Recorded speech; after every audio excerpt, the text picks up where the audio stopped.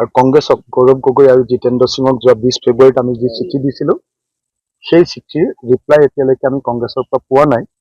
গতিকে আমি অহা শনিবাৰৰ ভিতৰত পৰহিলৈৰ ভিতৰত খাটাং সিদ্ধান্ত হয় পজিটিভ হয় নিগেটিভ কংগ্ৰেছক ক'বলৈ দি দিয়া হৈছে আজি। আৰু যদি শনিবাৰৰ ভিতৰত পজিটিভ বা যিয়ে নাহক লাগিলে দেওবাৰে পজিটিভ আহক নিগেটিভ আহক দেওবাৰে আমি আমাৰ কেণ্ডিডেট ঘোষণা কৰিম। সেইটো মানে যদি কংগ্ৰেছৰ লগত পজিটিভ আহি যায় তেতিয়াহ'লে 15টা আৰু যদি কংগ্ৰেছৰ লগত নিগেটিভ আহি যায় তেতিয়াহ'লে কিমানটা হয় আমিও এতিয়া কল্পনা কৰিব পৰা নাই। গতিকে আমাৰ পৰা স্পষ্ট কথা, আকৌ মই ৰিপিট কৰি দিছোঁ, শনিবাৰলৈকে আমাৰ চোৱাৰ সিদ্ধান্ত হৈছে। শনিবাৰৰ ভিতৰত কংগ্ৰেছৰ পৰা ৰেছপন্স যদি আহি যায়, ইতিবাচক সঁহাৰি যদি আহি যায় তেতিয়াহ'লে আমি 15টাত যে খেলিম বুলি কৈছোঁ 15টাতকৈ এটা উচিত আমি বেছিকৈ নিদিওঁ। আৰু যদি কংগ্ৰেছৰ পৰা নেতিবাচক খবৰ আহে বা খবৰ নাহে শনিবাৰৰ ভিতৰত তাহলে দেওবাৰে আমাৰ কেণ্ডিডেট ঘোষণা কৰা সকলে খেলিব নহয় মানে আপোনালোকে কথাটো বুজি লওক। মই কি কৈছো ধৰিবতো পাৰিছে? মই কৈছো যে অহা শনিবাৰলৈকে পুনৰ এবাৰ আমি যোৱা 20 ফেব্ৰুৱাৰীত জিতেন্দ্ৰ সিং ডাঙৰীয়া আৰু গৌৰৱ গগৈ ডাঙৰীয়ালৈ দিয়া চিঠিখন ৰিপ্লাই নিদিয়াৰ কথাটো মনত পেলাই সেই চিঠিখন পুনৰ ফৰৱাৰ্ড কৰিম।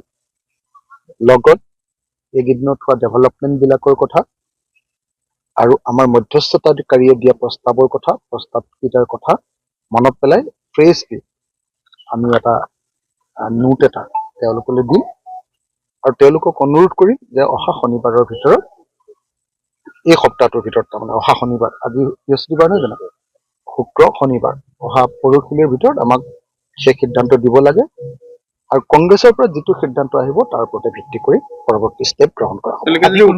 আৰু কংগ্ৰেছক গৌৰৱ গগৈ আৰু জিতেন্দ্ৰ সিঙক যোৱা 20 ফেব্ৰুৱাৰীত আমি যি চিঠি দিছিলোঁ সেই চিঠিৰ ৰিপ্লাই এতিয়ালৈকে আমি কংগ্ৰেছৰ পৰা পোৱা নাই। গতিকে আমি অহা শনিবাৰৰ ভিতৰত পৰহিলৈৰ ভিতৰত খাটাং সিদ্ধান্ত হয় পজিটিভ হয় নিগেটিভ কংগ্ৰেছক ক'বলৈ দি দিয়া হৈছে আজি। আৰু যদি শনিবাৰৰ ভিতৰত পজিটিভ বা যিয়ে নাহক লাগিলে দেওবাৰে পজিটিভ আহক নিগেটিভ আহক দেওবাৰে আমি আমাৰ কেণ্ডিডেট ঘোষণা কৰিম। সেইটো মানে যদি কংগ্ৰেছৰ লগত পজিটিভ আহি যায় তেতিয়াহ'লে 15টা আৰু যদি কংগ্ৰেছৰ লগত নিগেটিভ আহি যায় তেতিয়াহ'লে কিমানটা হয় আমিও এতিয়া কল্পনা কৰিব পৰা নাই। গতিকে আমাৰ পৰা স্পষ্ট কথা, আকৌ মই ৰিপিট কৰি দিছোঁ, শনিবাৰলৈকে আমাৰ চোৱাৰ সিদ্ধান্ত হৈছে। শনিবাৰৰ ভিতৰত কংগ্ৰেছৰ পৰা ৰেছপন্স যদি আহি যায়, ইতিবাচক সঁহাৰি যদি আহি যায় তেতিয়াহ'লে আমি 15টাত যে খেলিম বুলি কৈছোঁ 15টাতকৈ এটা উচিত আমি বেছিকৈ নিদিওঁ। আৰু যদি কংগ্ৰেছৰ পৰা নেতিবাচক খবৰ আহে বা খবৰ নাহে শনিবাৰৰ ভিতৰত তাহলে দেওবাৰে আমাৰ কেণ্ডিডেট ঘোষণা কৰা সকলে খেলিব নহয় মানে আপোনালোকে কথাটো বুজি লওক।